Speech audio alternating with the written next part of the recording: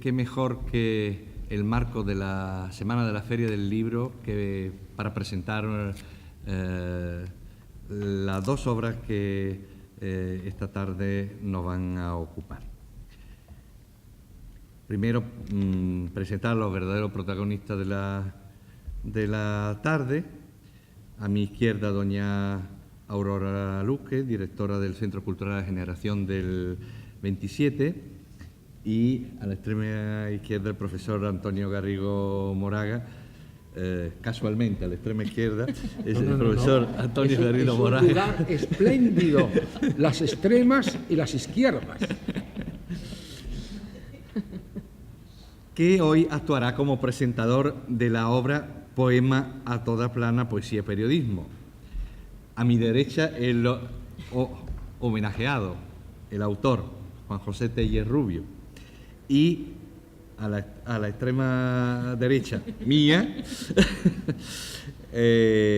Felipe Benítez Reyes, que hoy actúa como presentador de la obra Las grandes superficies. En la persona de Juan José Tellez celebramos al poeta y al hombre de mundo, que lo es tautológicamente por poeta y por periodista.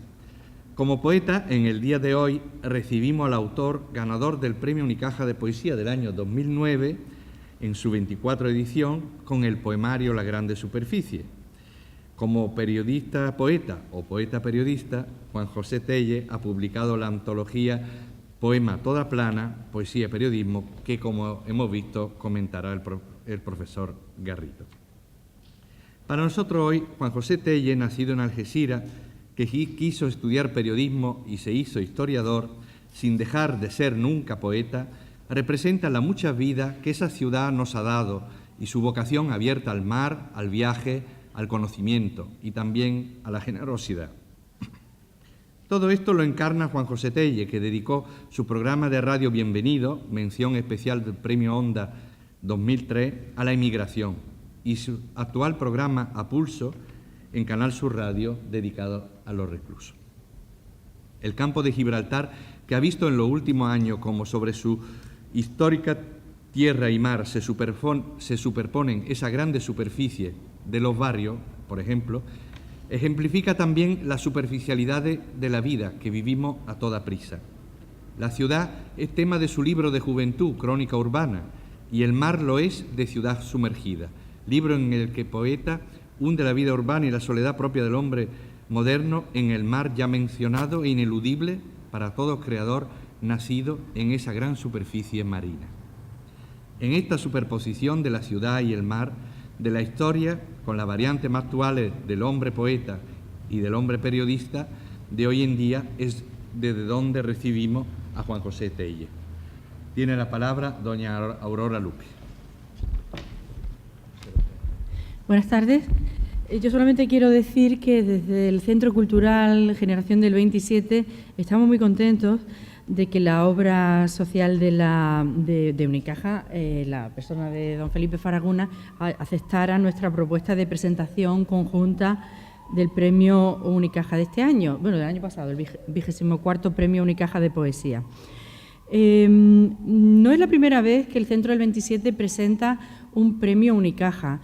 Ya el año pasado invitamos, aunque de una manera menos formal y sin ponernos de acuerdo con tanto tiempo, presentó la obra premiada de Raquel Lanceros, que fue la premiada de la convocatoria anterior.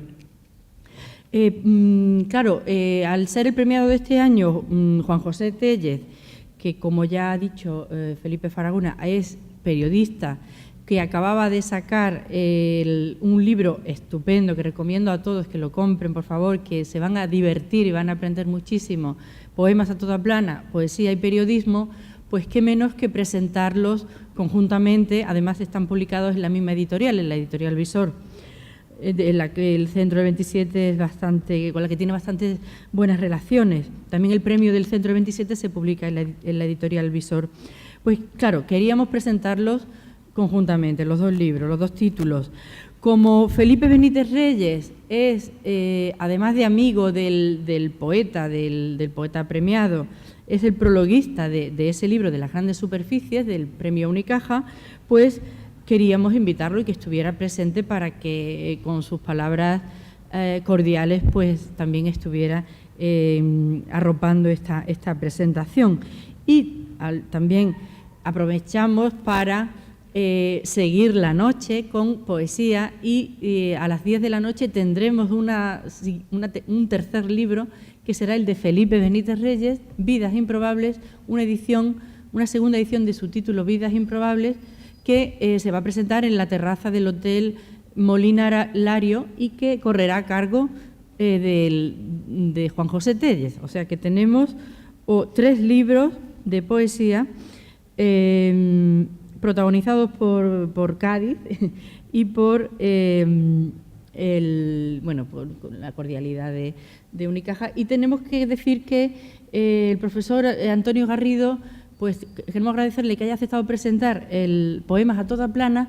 Yo siempre quise que este libro lo presentara alguien muy vinculado al periodismo y a Málaga. Quería que no fuera una presentación literaria al uso de parte de otro poeta, aunque tú también eres poeta, pero sobre todo quería que estuviera a cargo de alguien que conociera el periodismo desde dentro.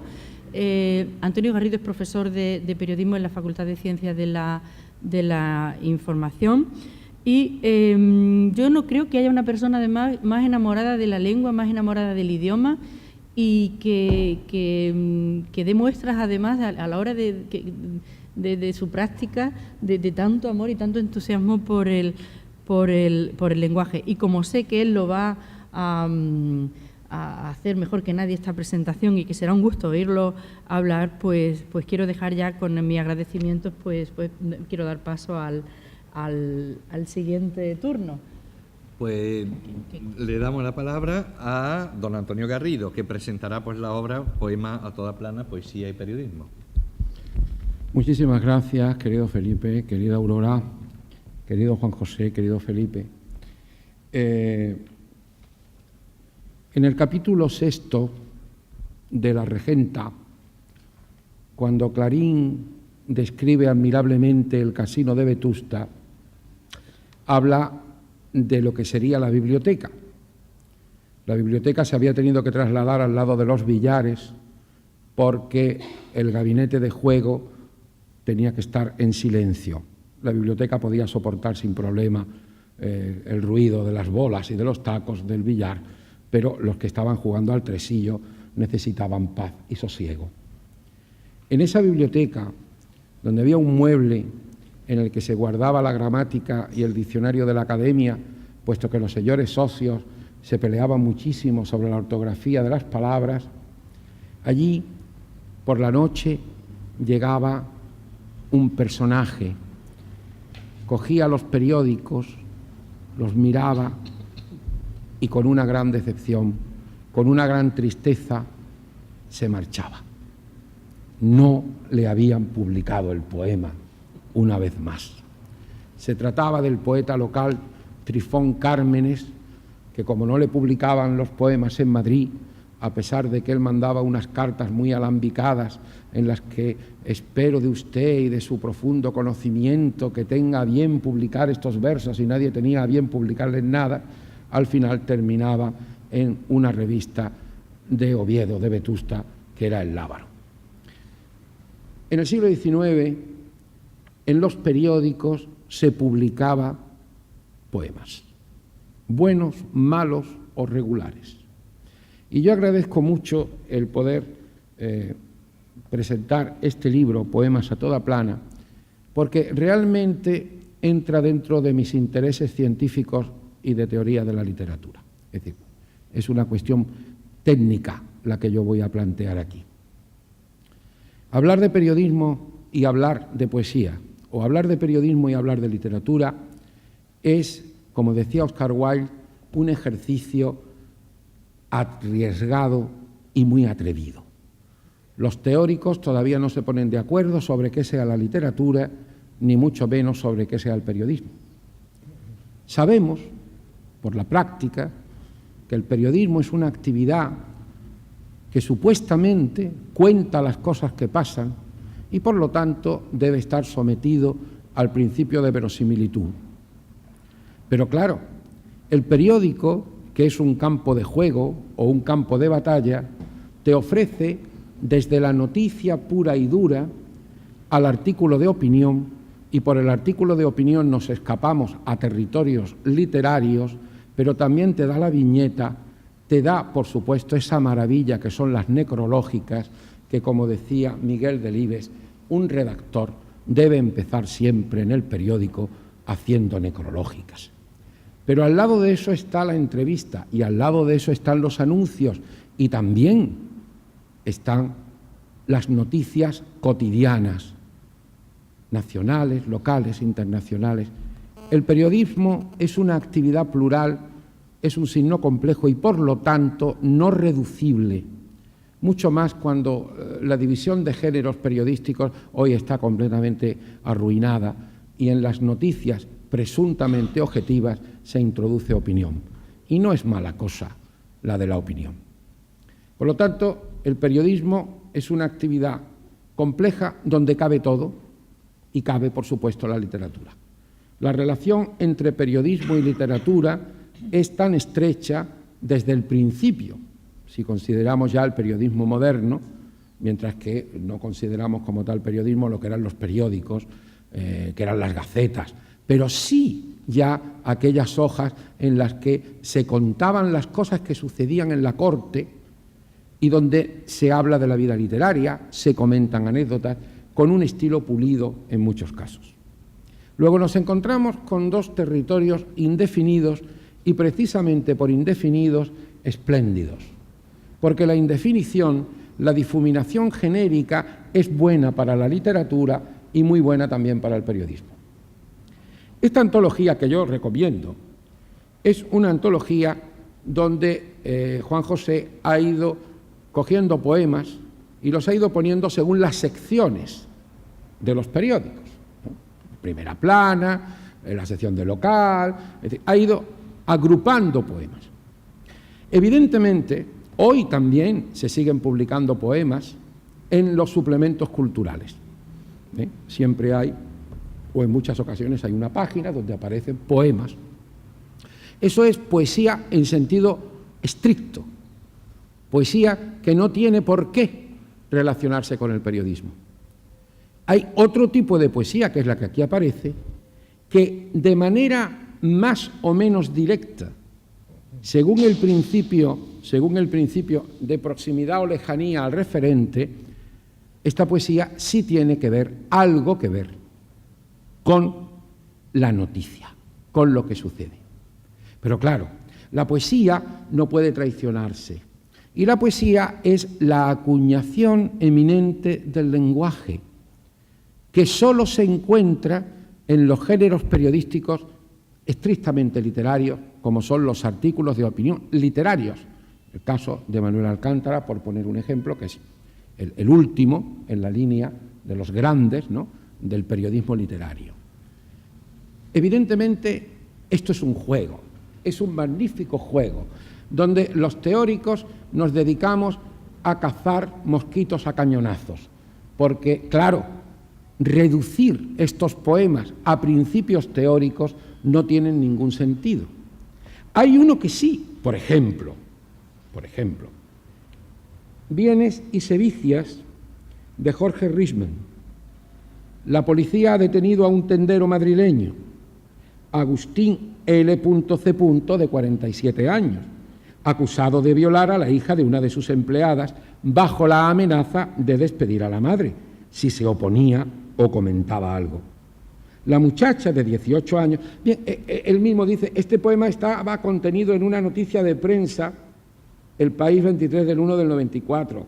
Mi tarea se limitó, esto es una manipulación textual que nos pone en el límite de si esto es poesía o no es poesía, y esto nos llevaría, claro, yo he disfrutado mucho preparando esta presentación porque, insisto, que toca dentro de mis intereses académicos estrictos, ¿no? Bien, esto sería la noticia poetizada, pero claro, poetizada hasta cierto punto, porque los niveles líricos son diversos. Como ha dicho Aurora, y ha dicho bien, uno se divierte mucho con este libro, pero además de que uno se divierte mucho con este libro, uno lee muy buena poesía en este libro. Es decir, son poemas excelentes, los hay de todo tipo, y hay una variabilidad en esa proximidad mayor o menor. Por ejemplo, coincidiendo con la noticia que he leído, otro tipo de poema de Manuel Alcántara, precisamente, que él no tiene ninguna dificultad para pasar de un sistema a otro, de un código a otro, empieza directamente con un componente noticioso. Ha sido detenido en París un turista americano. Intentaba encender un cigarrillo en la hoguera del célebre soldado desconocido. Es muy posible que un turista americano lo intentara hacer. Yo he estado allí y todos hemos estado, y yo creo que allí se puede hacer casi de todo. Dice un comentarista que esto indica que el corazón de Europa está podrido.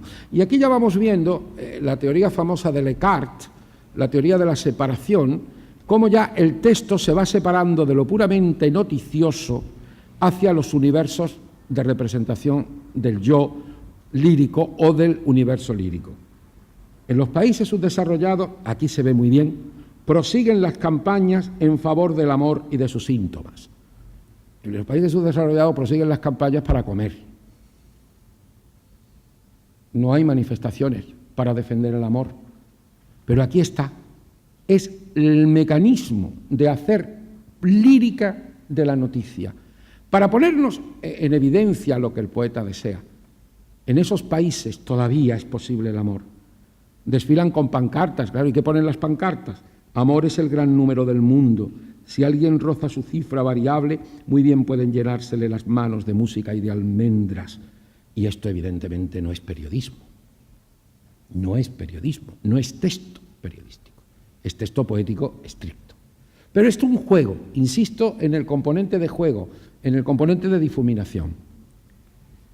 Al lado de esto, al lado de lo que podría ser más noticioso, hay a veces una pincelada de noticia y nada más. Y el famosísimo poema que dedicó Jaime Gil de Biedma a Juan Marché, Noche triste de octubre, 1959. Definitivamente parece confirmarse que este invierno que viene será duro. Noticia que podemos extraer de cualquier parte meteorológico, pero claro, en la noche de octubre, mientras leo entre líneas el periódico, como objeto, el periódico, me he parado a escuchar el latido del silencio en mi cuarto, las conversaciones de los vecinos acostándose, todos esos rumores que recobran de pronto una vida y un significado propio, misterioso. Es decir, la noticia como pretexto para desarrollar el poema. La noticia como elemento importante porque el poeta, aquello que decía el pobre de Dámaso Alonso, que nadie se acuerda de él, es verdad, fue un gran poeta, pero nadie se acuerda de don Dámaso, cuando hablaba de poesía arraigada. Poesía arraigada en el sentido de estar en el mundo, estar en la historia, estar en lo que ocurre, que por supuesto sufre el deterioro del paso del tiempo en tanto en cuanto los referentes son más próximos a la propia realidad. Eso es un tema que nos llevaría muy lejos. La inmediatez del texto unida a la noticia. Sin embargo, el poema como expresión del yo y expresión del mundo. Claro, no podía faltar este poema. Impares, fila 13, butaca 3. Te espero como siempre, tú sabes que estoy aquí. Te espero. A través de un oscuro bosque de ilusionismo llegarás, si traído por el haz nigromántico o por el sueño triste de mis ojos. Ni más ni menos que el Palacio del Cinematógrafo de Pablo García Baena, que está en la sección correspondiente. Juan José, al que yo conozco hace muchísimos años, y que ocurre como, bueno, sabéis, tenemos amigos a los que no vemos mucho tiempo, muchos años que no los vemos. La última vez casi, o la penúltima fue en Nueva York y la última hace relativamente poco. Estaba más mayor, ahora está muy joven. Está mucho más joven ahora que hace unos meses cuando nos vimos. Juan José es un niño grande que juega. No es maravilloso. Lo más que se puede desear en esta vida es ser un niño grande siempre y jugar siempre. Entonces, claro, meter Palacio del Cinematógrafo de alguna manera es una ligera transgresión, pero muy justa transgresión, porque ciertamente el poema empieza con una ubicación espacial precisa que lo pone en lo que es un cine. Ahora, es un cine donde la tragedia amorosa se desarrolla en un palco y en el patio de butacas. Y la tragedia amorosa, recordando a Vicente Núñez, pues es esa limosna de amor que te pedía en la puerta de la casa mientras que los niños jugaban dentro. Bien, ya termino. Daría para muchísimo. El libro tiene muchos registros. Es un libro excelente. Yo creo que poesía y periodismo, como poesía y cualquier otra actividad, es un maridaje perfecto. Periodismo y literatura es una necesidad. Es una necesidad. Decía, empezaba con Oscar Wilde y termino con Oscar Wilde. Muchas veces uno cree que ha descubierto algo y lo que ha descubierto es el Mediterráneo. Se acaban de publicar los 2 libritos que Wilde dedicó al análisis de la teoría de la literatura, del crítico literario, y todo eso que venimos repitiendo algunos durante tanto tiempo de que la crítica es creación dentro del periodismo, Wilde ya lo practicaba y lo defendía. Encuentro de elementos disímiles, encuentro de pretextos textuales, transformaciones textuales, todo para que gane, como no podía ser de otra manera, la poesía. Evidentemente.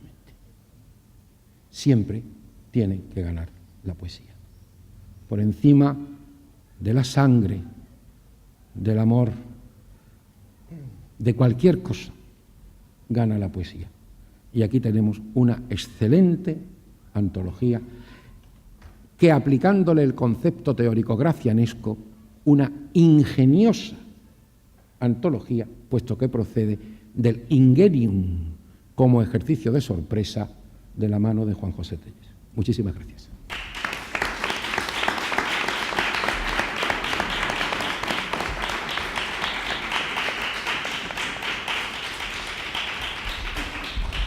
Muchísimas gracias, profesor Antonio Garrido. Y tiene la palabra don Felipe Benítez Reyes. Buenas noches. Bueno, ese libro de Juan José Tellez, como todo buen libro de poemas, es muchas cosas. Es un libro que no se puede, que yo no sabría desde luego resumir en unas cuantas frases. Pero hay un factor que a mí me parece muy destacable de este libro, que es la manera en que Juan José Tellez ha sabido conjugar el ritmo de la historia, o sea, el presente de la historia, con su presente personal. Muy a principios de siglo, Unamuno, que era muy egocéntrico, pero curiosamente se quejaba del solicismo de la poesía de la época, sobre todo referido a ese egocentrismo lírico de Juan Ramón Jiménez, y decía que la poesía tenía que abrirse también al tiempo, no podría ser solamente el desahogo emocional, el desahogo sentimental de un poeta, sino que tenía que ser una poesía vigilante de su propio tiempo, vigilante de su contemporaneidad. De eso se hizo eco Antonio Machado, que estaba además en una fase intensamente bersoniana, con el concepto de poesía en el tiempo. Pues bueno, yo creo que este libro de Juan José Tellez precisamente lo que hace es esa esa mixtura tan difícil de la propia historia con el curso de la historia. Y creo que ese es un factor muy, muy destacable y ligeramente infrecuente en la poesía actual. Como somos amigos de hace mucho, Juanjo me proporcionó el honor de ser el prologuista de su libro.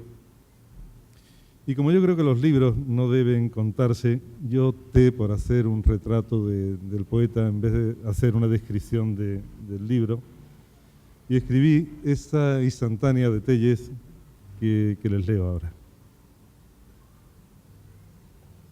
Juan José Tellez nació en Algeciras y dice que vive en Cádiz, en concreto en la calle Columela.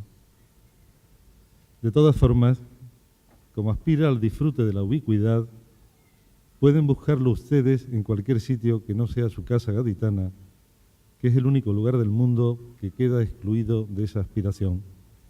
Allí no para nunca. Búsquenlo en Estambul o en Chalatenango, en Culiacán o como muy cerca en Sevilla, que por ahí es posible que ande, incluso en 2 de esos sitios a la vez, por rigores de su entrenamiento para alcanzar la condición prodigiosa de ubicuo en la que todo el mundo le augura bastante por venir. Pero no lo busquen, ya digo, en su casa de aire neoclásico de la calle Columela, porque aquello parece cerrado a cal y canto para su dueño errabundo.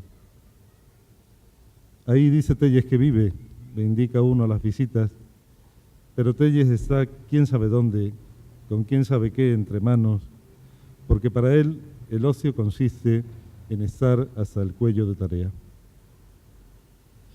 Periodista, poeta, narrador, conspirador en cualquier conspiración decente, Tellez es un trotamundos laborioso que lo mismo escribe sobre los espías campogibraltareños que sobre las metafísicas de la guitarra de Paco de Lucía, lo mismo sobre el exótico y arrojado torero Miguelín que sobre Carlos Cano. Tellez es un algecireño errante y de musa bifronte que lo mismo anda dándole vueltas a un poema sobre las melancolías de la edad madura que a un artículo sobre política internacional. Por no poder quedarse quieto, ha llegado incluso a dirigir un periódico que fue su manera de dar cada día una vuelta al mundo sin moverse de su despacho. Hasta que el despacho se le quedó pequeño y decidió comprobar si el mundo era parecido a como aparecían las noticias de agencias. A partir de ese momento ya no paró. Siempre por ahí, en busca de deslumbramientos y de estupores, excluida del itinerario, claro está, su casa de la calle Columela, en la que de haber fantasmas se asustarían si lo viesen entrar alguna vez por el portón, confundiéndolo tal vez con un fantasma ocupa. Cuando ves a Tellez, no puedes creerte del todo que lo tengas delante de ti, con lo grande que es el mundo y con lo pequeño que se le queda el mundo a él. Hay un ritual que se repite. Os encontráis, os tomáis algo, habláis de lo que se tercie y al despediros le preguntas, ¿nos vemos esta noche para cenar? En ese instante, Tellez tuerce un poco la boca, ladea un poco el cuello, te mira con un solo ojo y te dice con la boca chica, es que mañana tengo que estar en Kuwait. Y quien dice Kuwait dice Valladolid o la República de Kiribati. Mientras haya mapa, hay opciones. A Tellez, en fin, se le ve de vez en cuando, pero jamás de forma continua.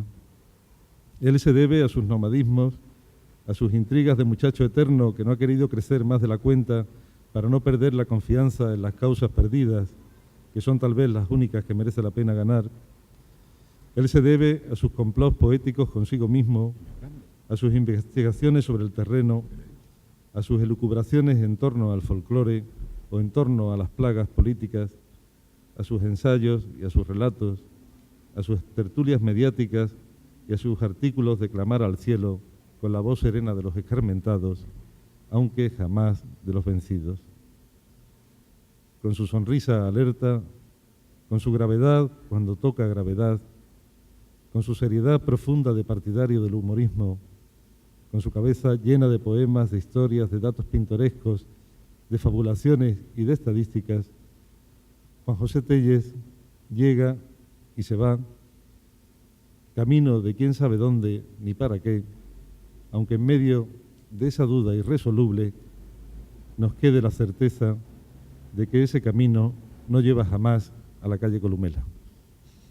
Y ya les dejo con lo importante que son los poemas de Juan José Tellez, con este libro realmente excelente, muy emocionante, muy templado y muy medido, que ha titulado Las grandes superficies.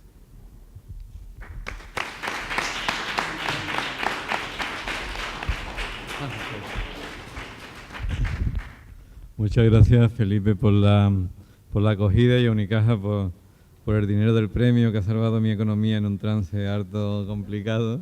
Gracias, Aurora, por la invitación a presentar el libro y a la generación al Centro Cultural de la Generación del 27, al Moraima, a José Antonio, a todos los demás por invitarme a este encuentro, y gracias a Antonio y Felipe por sus presentaciones y por haber formado parte del jurado que me concedió el premio Unicaja del último año por las grandes superficies, y gracias también a ambos por rejuvenecerme. Me voy de Málaga hecho un chaval. Como tengo poco tiempo, siempre me gusta decirlo cuando estoy en Málaga, y porque es un tributo y es una memoria personal que quiero rendir. Mi familia es de Málaga, mi familia es de Jimera del Íbar, en la Sierra de Ronda, y siempre he tenido una enorme querencia por este mundo. Mis padres, la única vez que salieron del pueblo siendo jovencitos fue de viaje de novio, y vinieron a Málaga. Lamentablemente no me concibieron aquí, sino que tardaron como 10 años en hacerlo, pero bueno, algo de remotamente malagueño me gusta pensar que tengo.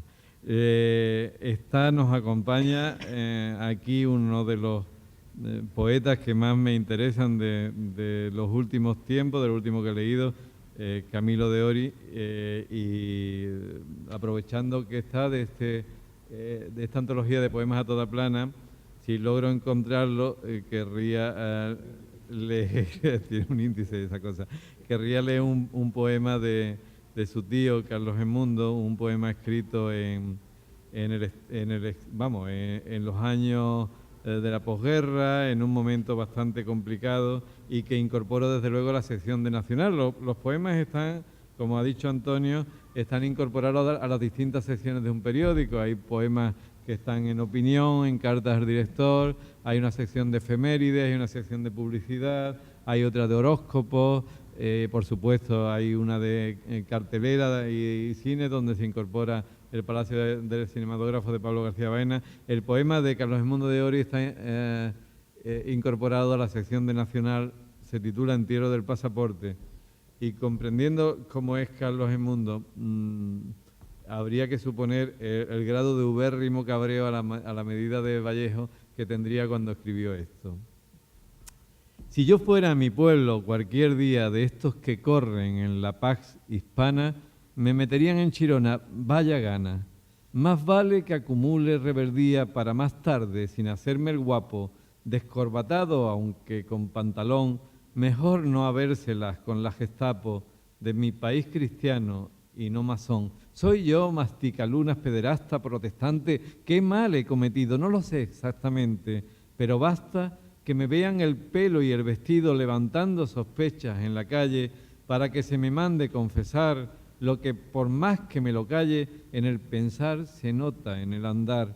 Y si enumero ahora mis pecados, todos mis pulpos, todas mis ballenas, comprenderéis mis dudas y cuidados de no correr con riesgos de condena, meter a uno en la sombra por distingos de malo o antibueno y ser laez, por no ir a la misa los domingos, por no leer el ABC par 10, o por cantar la marsellesa y no haber escrito versos malos y estar casado con mujer francesa.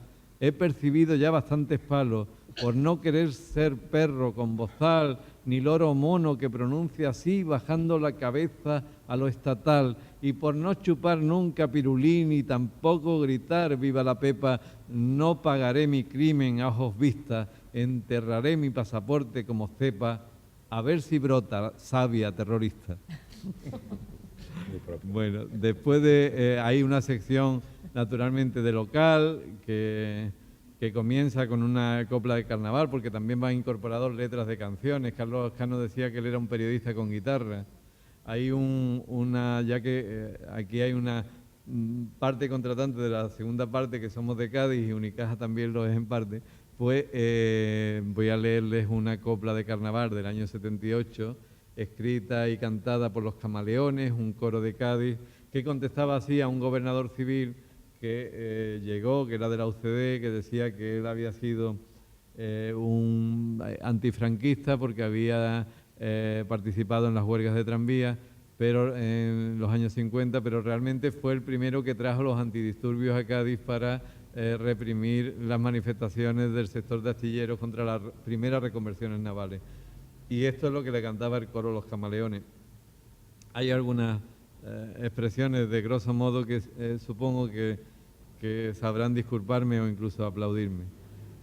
Un gobernador comprometido es, según la prensa, ese que nos ha correspondido sin saber por qué, pertenece al archiconocido centro de izquierdas, centro por nacido en Castilla, y de izquierdas por tranvía que volcó de chiquitín.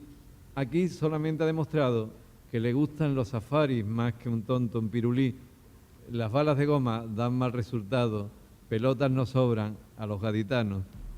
Hay una sección de sucesos y tribunales, con noticias de lo mismo, una sección de economía y trabajo, donde curiosamente se me han colado más poemas dedicados a la miseria, a los cracks económicos, que a los banqueros. Hay muy pocos poemas dedicados a la banca, y yo creo que es una asignatura pendiente que los servicios de relaciones públicas de las cajas de ahorro y de los bancos tendrían que cuidar más. Hay una sección, naturalmente, de deportes y crónicas taurinas.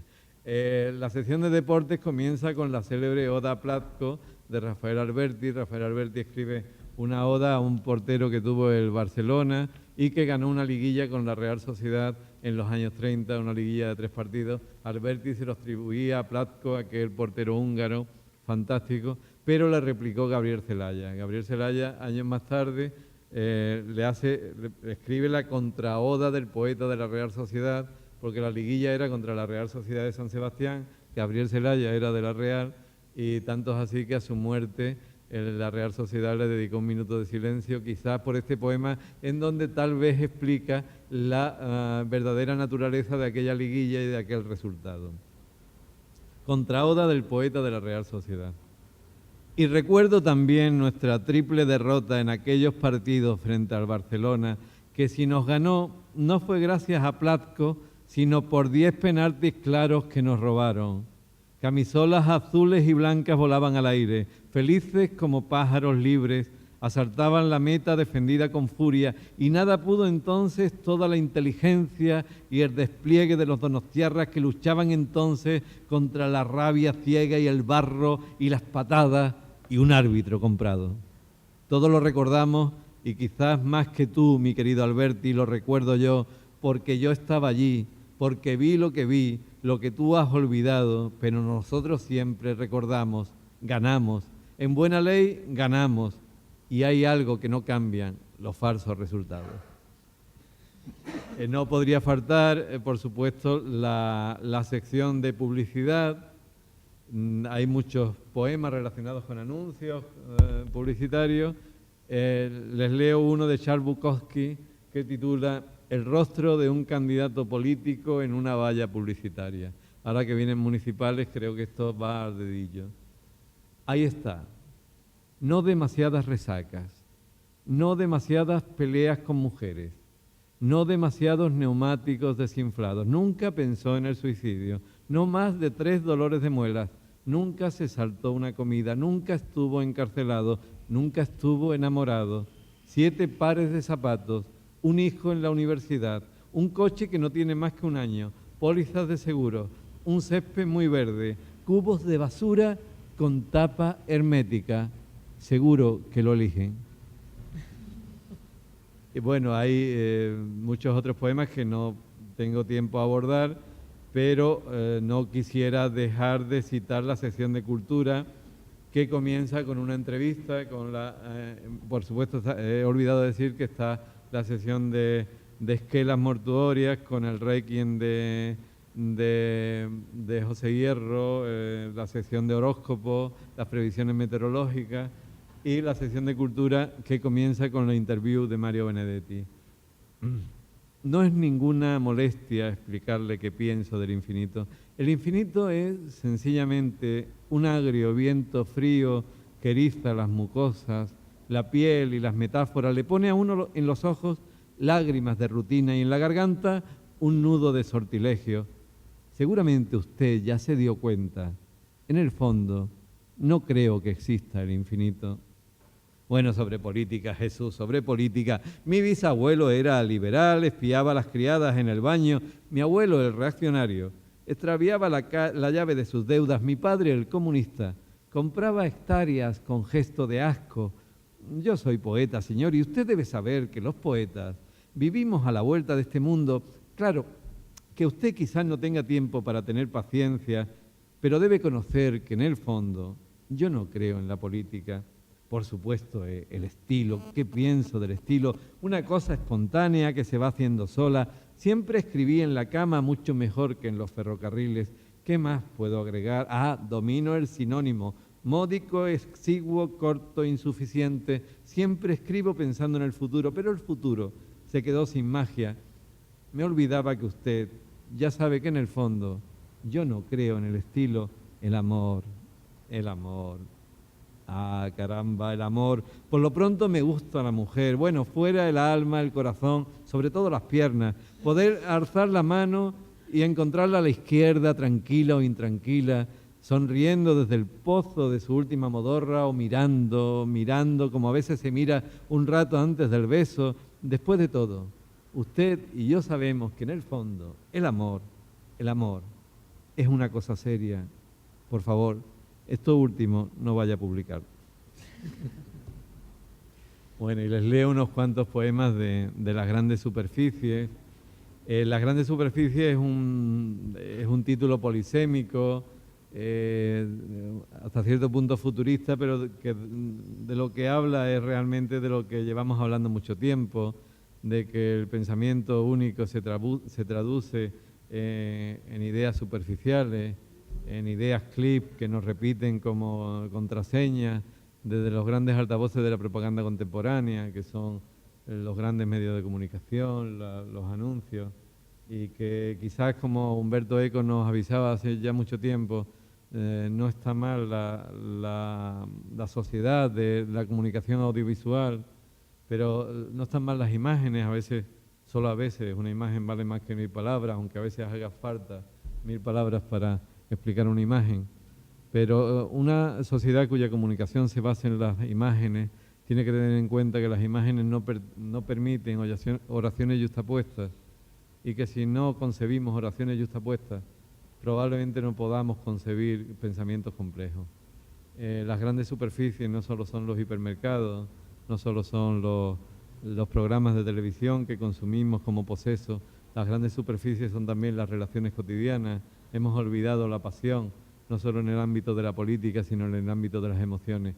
Y eso anuncia, sin duda, la muerte del mundo, no solo en el que creímos, sino en el que soñamos.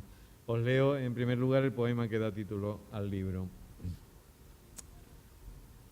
Allí donde pastaban antaño los centauros y una selva virgen hablaba al horizonte, se levantan ahora escaparates y precios, las hileras de víveres bajos en calorías, justo en la esquina de los besos amantes, donde hubo una casa de placer o de empeños, frascos de Coca-Cola gobiernan los anaqueles, por donde campan reponedores delgados, jóvenes matrimonios con su vida en oferta y niños que no saben conjugar constelaciones. Queda algo salvaje en la cajera 14 y un no sé qué silvestre en los productos lácteos, pero todo resulta pulcro y miserable como en la sala de espera de los dentistas. En las praderas eléctricas de los hipermercados, la certeza se enmascara como una mercenaria, nada se transforma, solo se disfraza la ley de los fuertes y el mercado implacable que rebaja a menudo los sueños mayores. Más temprano que tarde volverán los bolcheviques, los piratas rebeldes, las alegres heroínas a romper la baraja de esta timba de tahúres, a reconstruir el templo de las banderas rotas y a cantar en susurros aquella copla vieja que habla de emociones y cariños sin precio, de tambores lejanos y de ballenas blancas, donde el riesgo era una forma de vida y justicia se llamaba el amante que iban buscando los marinos por los muelles del tiempo. Al salir cargados los carros de la compra, quizás nos detengamos a reparar que fuimos forajidos sin guarida y amazonas intrépidas, cuando los corazones galopaban salvajes y las costumbres solían ser atrevidas como una mano lasciva sobre un escote, palabra de honor. Vino pues a domarnos la gente de orden, a ceñirnos la brida de un empleo honrado y enseñarnos el rumbo de las compras a plazos, de las ideas baratas y las horas extraordinarias, mientras el alma se llenaba de grandes superficies.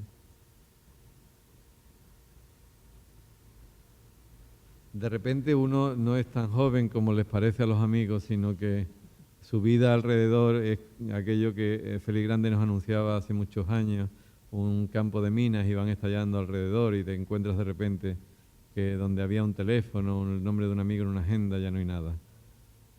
Este poema habla de buena parte de mi generación que no conoció la guerra, pero que descansa en la paz que nunca quisimos. Staying Alive. Mientras sufríamos la fiebre del sábado noche y el vídeo mataba a la estrella de la radio, ya no subía Lucy al cielo por diamantes y almorzábamos desnudos con jeringas de opio. Esferas luminosas reinaban en los discos, entre botas de plata y pantalones ceñidos.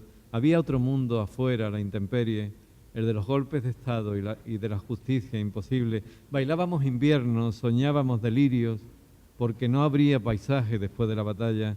Mi generación murió en los lavabos públicos, en la era de la clase media y de los telediarios.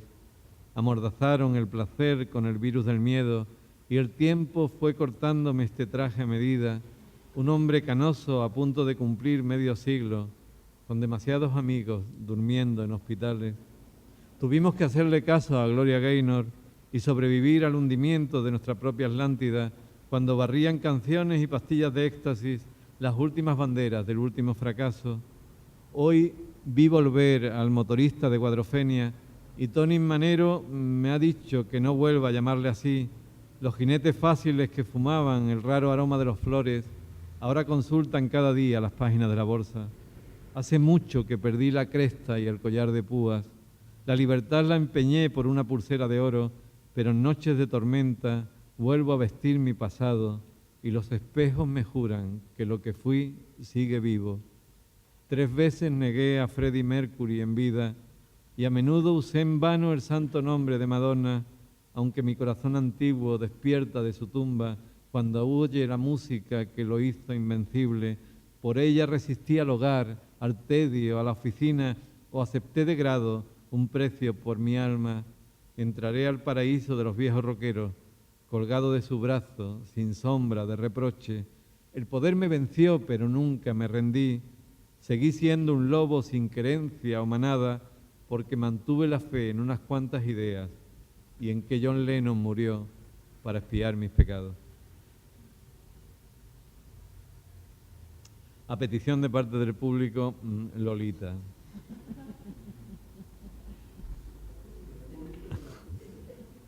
Avanza, Lolita, pasa al dormitorio. Las paredes son ocres, pero dan al mar abierto, y el suelo cruje a veces en mitad de las sombras, acaso presintiendo que la gata es un puma. Bienvenida, muchacha, la de las piernas jóvenes, a este libro usado que luce tinta fresca, como páginas de un árbol de raíces carnívoras que comen de tu mano y gimen si te escapas. Acomódate, ya sabes que no hay llaves adentro, que el vendaval destroza los sucios almanaques y el tiempo apenas corre al compás de un reloj que solo da la hora de tu último capricho. Sin miedo, muñeca, orea las alcobas, abre el tapaluz, enciende los candiles de la calle que lleva hacia el serio casino, en donde muere la gente de los buenos modales. Adelante, pequeña, que en los largos armarios de madera de roble hay ropa de sobra, aunque el mundo prefiera besarte desnuda en la amable velada del té de las 5. abrázame, te aviso, que hay cuerda para rato, una nevera a tope de importunas preguntas, un bosque tupido de frondosas pasiones y una lengua que sabe despertar a las niñas. Conduce, si es que gusta, este coche de época hacia un horizonte donde no haya garajes, ni damas elegantes que al vernos se sonrían. Ahí va con su hija, es todo un caballero. Bueno, y termino con dos poemas que son los con los que comienza el libro. El segundo poema se titula Pero entonces sucedieron imprevistos. Yo iba rumbo al empleo fijo y la gran familia, en el coro de los niños bien peinados, pero entonces sucedieron tifones y cetáceos, ilusiones ópticas o muchachas candentes, y atravesé la vida con el filo de mi espada, como en un duelo a primera sangre conmigo mismo. Ya no más hogar confortable, cena de Nochevieja, el porvenir seguro, costumbres como estufas. Todos fueron incendios y horizontes, estrépito y galope, el beso de la noche, las muescas en el sueño. Mis mayores buscaban horarios, un sueldo justo, y yo no estaba dispuesto a contradecirles. Pero entonces sucedieron imprevistos. No sé cómo explicarlo. Quizás ráfagas de pasión o lanchas fuera borda, un zumbido de crepúsculo, una guitarra eléctrica, o tal vez, me temo, esas repentinas alas en la espalda. Un tipo maduro. Si ungieses tu cuerpo con un dulzor de muchachas y cerrases la noche con un beso a menudo, el viento no entraría jadeando en tu alcoba a entonar los postigos con recuerdos ajenos. Un tipo maduro, ese es tu linaje, la mascota tenue dando sombra a tu rostro. Ser hijo de tu tiempo buscabas hacia un mundo, navegar por la suerte, desenfundar la vida como un puñal certero, personal e implacable. Hoy buscas un empleo leyendo los anuncios. El fracaso es ese cuarto desnudo, la bombilla apagada y el espejo roto. La radio canta que hay gente que triunfa en los teatros. Hablan los banqueros y todo es bonancible, pero no hay caricias ni quedan cigarrillos. Maldices lentamente al bajar las persianas. Los años que te restan ya están contratados por miedos y rutinas. Ese fue tu negocio. Descuelgas el teléfono y llamas al futuro. Ese número no existe. Desengaña una voz. Muchas gracias.